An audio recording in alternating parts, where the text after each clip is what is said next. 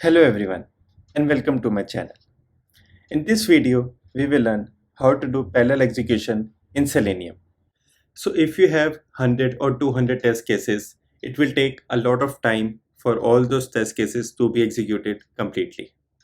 And if you want to run the whole script on multiple browsers, the execution time will just become 2x, 3x or even 4x, depending on how many browsers you're running your script on.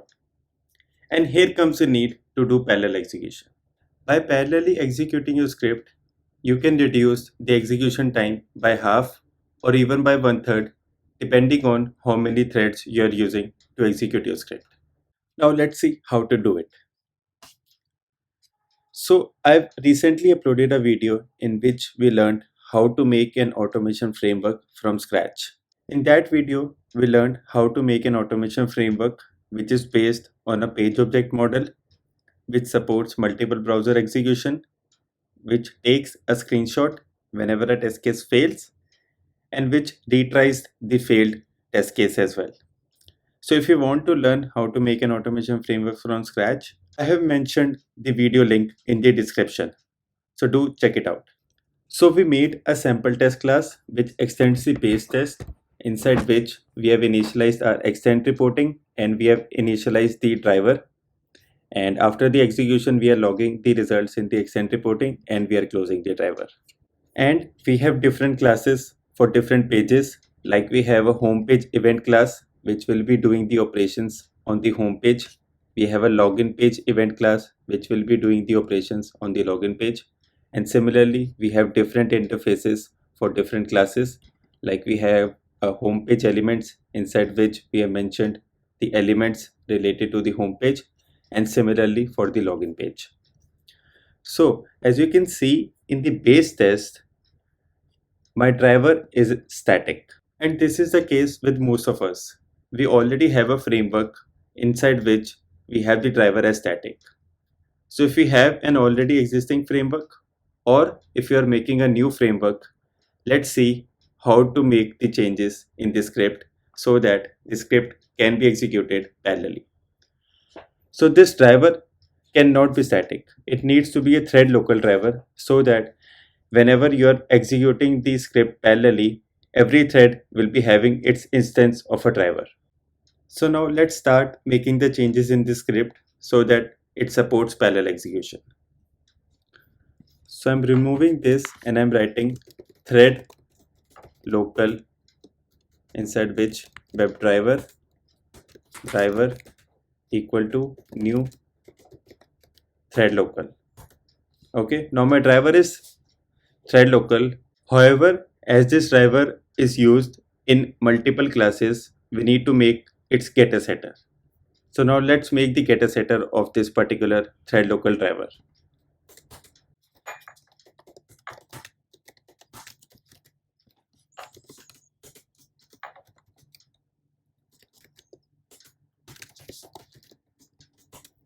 Inside this, we will be writing this dot driver dot set and then the driver.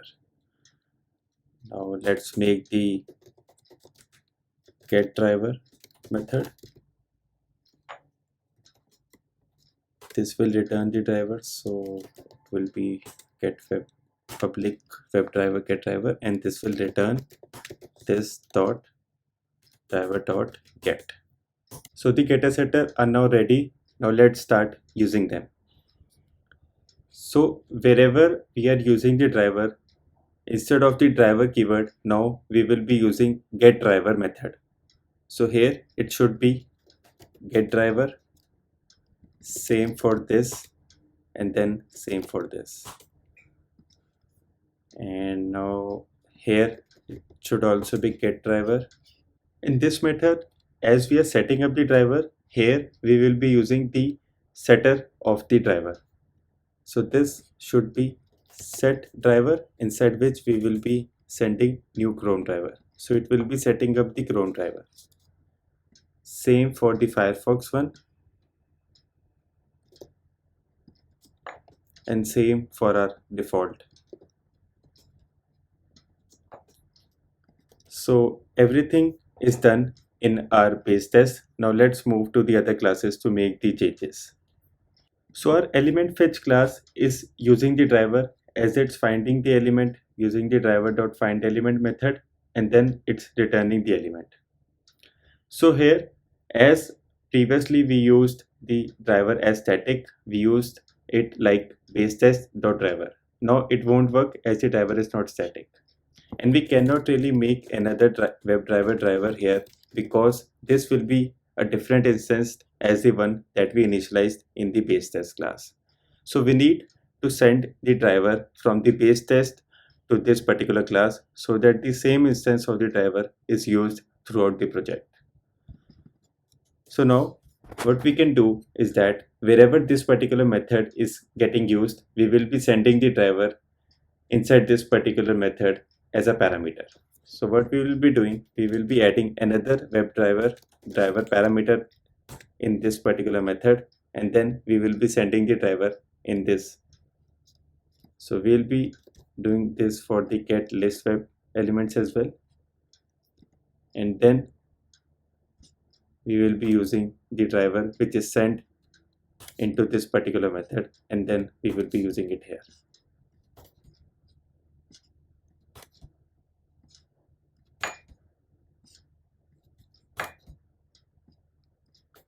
So now in all the return statements, the driver which is used here is basically sent into this particular method.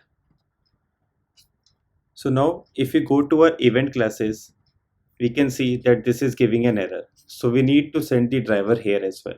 So in all the event classes, we need to have the driver which will be sending the driver in the get web element method. So what we will be doing it here, we will be writing WebDriver driver, and then we will be making a parameterized constructor of this particular class which will be setting up the value of this particular driver. So that will be public homepage events WebDriver driver, inside which we will be writing this dot driver equal to driver. And now this driver we will be sending it into this particular method as a parameter. So driver comma the XPath, and then we have the value. Okay, so the same change we will be doing in the homepage events as well. We will be writing WebDriver driver here as well, and then we will be setting up its value here. It will be login events and then WebDriver driver this dot driver equal to driver, and then we will be sending the driver here.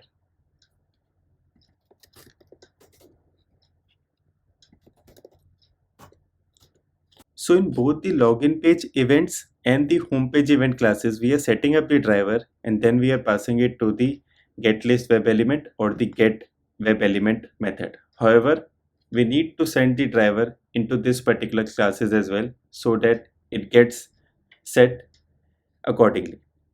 So what we'll be doing, we'll be going to the sample test now, and here we can see that we are getting an error as it's expecting a parameter because we have used a parameterized constructor into these classes.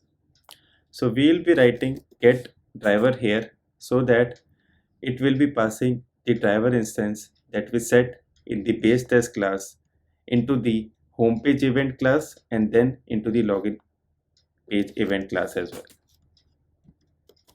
So what we have done, we have made a thread local driver, and then we have made a set driver and a get driver, which will be basically setting up the driver and then it will be returning the driver instance. Inside this particular method, we are setting up the driver according to the browser name that we are fetching from the test.ng.xml, and then we go to the sample test class. Here we are basically sending the instance of the driver into the homepage events, which will be automatically setting up the driver into its local WebDriver driver, and then it will be passing this particular driver into the get web element method.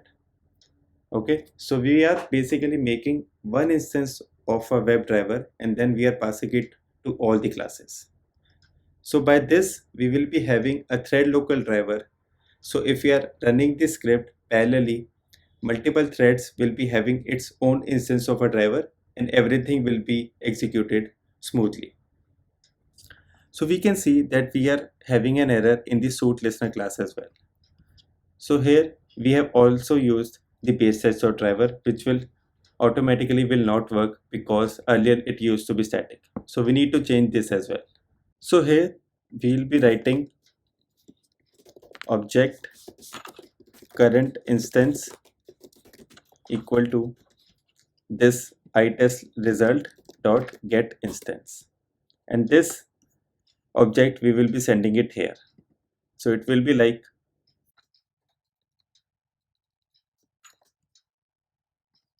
current instance, and then we'll be putting the brackets here, and then we will be again using the get driver method here. Okay, so all the changes that were required are now done, and now we can just start using this particular thread local web driver throughout our project. So now let's go to the testng.xml file and see how we can actually run our script parallelly. So I'm making another sample test class here so that we can see that how to do parallel execution according to the different classes. So I'm just copying it here and then I'm pasting it and then I'm naming it as sample test 2. So now we have two sample test classes and we can actually see that how to run both the classes parallelly. So we'll be going to the testng.xml, and here if I write parallel equal to, you can see we have multiple different modes through which we can run our script parallelly. One is test, classes, false, instances, method, none, true. So now there can be multiple ways onto how to use this parallel execution. You can divide the whole suite into different classes, and then you can have one set of classes running in one thread and other set of classes running in another thread, so that the whole execution time gets divided by 2. Or you can have the whole suite running in Chrome and then the whole suite running in Firefox parallel. Now let's try to do both of those things here. So what I will be doing, I'll be trying parallel equal to test first here, and then I will be having another test annotation here, and here I will be using the Firefox value. So what it will be doing, it will be running the same script in both Chrome and Firefox parallelly. Let me rename this test name to test automation 2, and now let's try to run it.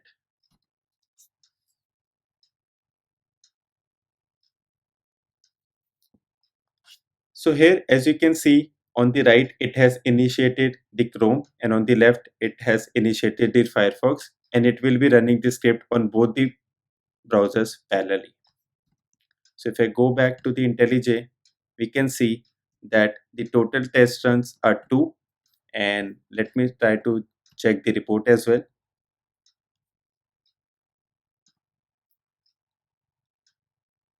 So here you can see we have executed both the test cases parallelly, one executed on the Chrome and the other executed on Firefox.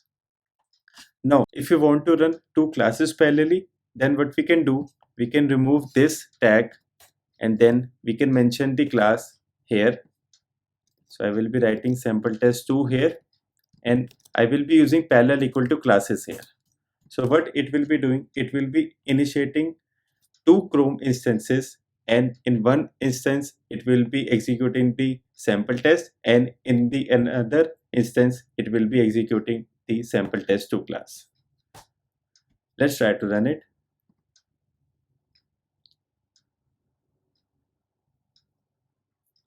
So here you can see it has initiated two Chrome drivers and then it is executing the script parallelly. So by using this, the execution time will be halved. Okay, and you can see that the total test run are 2, and if I try to open the report here,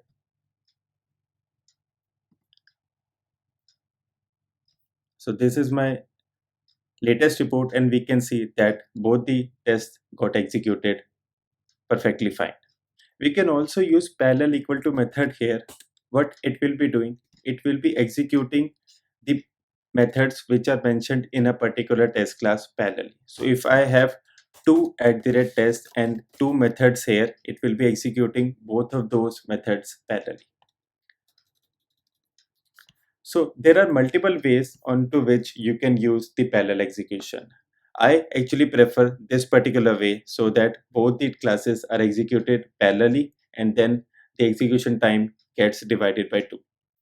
And if you want to have the coverage on both Chrome and Firefox, then you can use parallel equal to test here, and then you can execute the whole script in Chrome as well as in Firefox parallelly. So now let's try to recap whatever we have done here. So my base test class has a thread local driver, and it also has a set driver and a get driver method. The set driver method will be setting up the driver, and the get driver method will be returning the instance of the driver.